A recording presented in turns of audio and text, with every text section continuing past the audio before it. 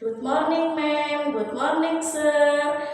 I want to introduce myself. My name is Utari. I come from Cirebon, West Java of Indonesia. I'm 28 years old. I'm Muslim. I'm married. I have two children. Number one, 6 years old. Number two, 2 years old. My last education, junior high school. I have experience Jakarta 2 years.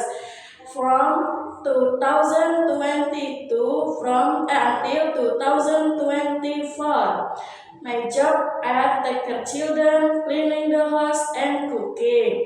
I can handle pork, wash pork, cook pork, but I cannot eat pork because I'm Muslim. I'm afraid of dog. I willing to learn speak English. I want to work in Singapore because I need more money for my family.